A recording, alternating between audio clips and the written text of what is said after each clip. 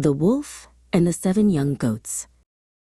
Once upon a time, in a cozy cottage by the woods, lived a mother goat and her 7 young goats. They were all as white as snow, and she loved them dearly. One morning, she had to go into the forest for food. "My dear children," she said, gathering them close, "I must go out. While I am gone, be on your guard against the wolf. He is very clever." "How will we know him, Mother?" asked the eldest. "You will know him by his rough, gravelly voice and his big, black feet," she answered. "My voice is soft and sweet, and my feet are pure white. Now be good." Soon after Mother Goat left, there was a knock at the door. "Open the door, dear children," a voice growled. "Your mother is here with something nice for each of you."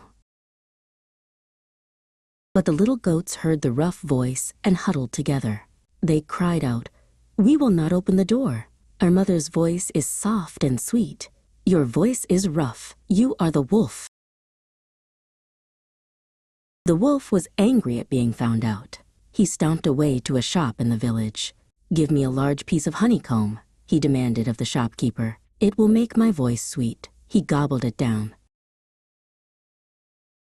Then he returned to the cottage and knocked again. "Open the door, dear children.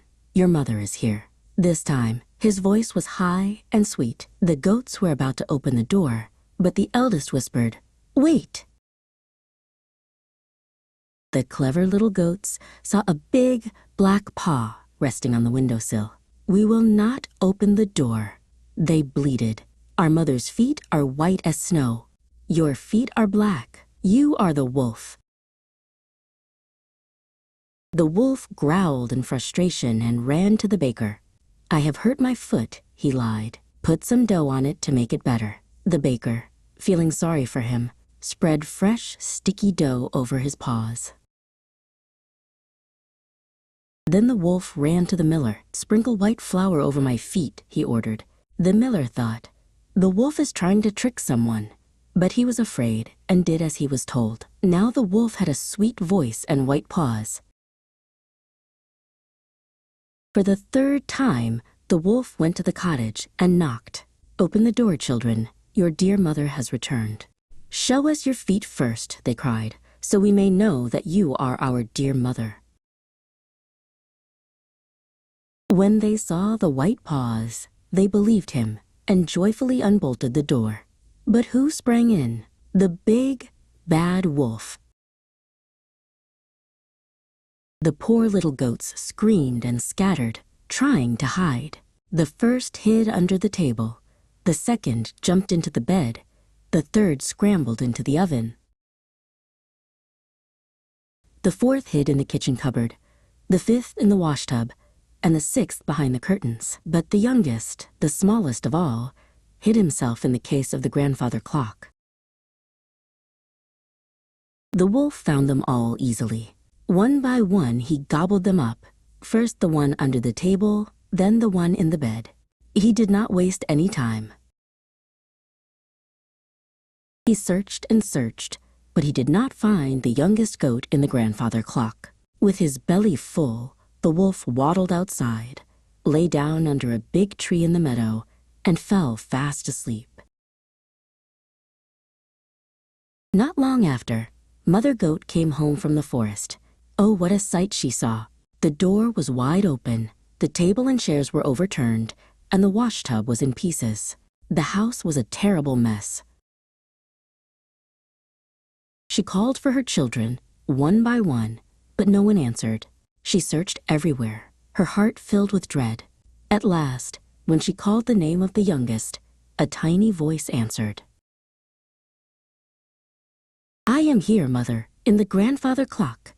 The youngest goat jumped out, and Mother Goat hugged him tightly.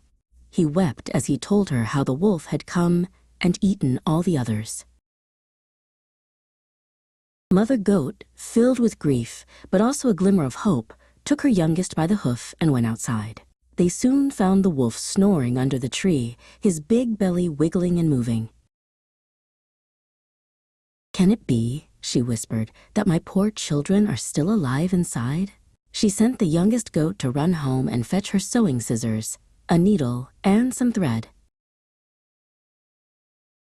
Very carefully, Mother Goat began to snip open the sleeping wolf's tummy. With the first snip, a little goat poked his head out. She kept snipping, and one by one, all 6 goats jumped out, completely unharmed. "Oh, what a happy reunion. Quick," said Mother Goat. "Before he wakes up, find some big, heavy stones." The 7 goats rolled heavy stones to her, and they filled the wolf's belly with them. Then Mother Goat sewed him up so neatly he never noticed a thing. When the wolf finally woke up, he felt very heavy and terribly thirsty.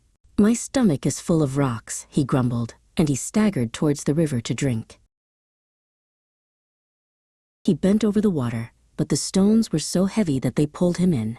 He tumbled into the river and was never seen again. The 7 goats and their mother danced for joy, safe at last in their cozy cottage by the woods.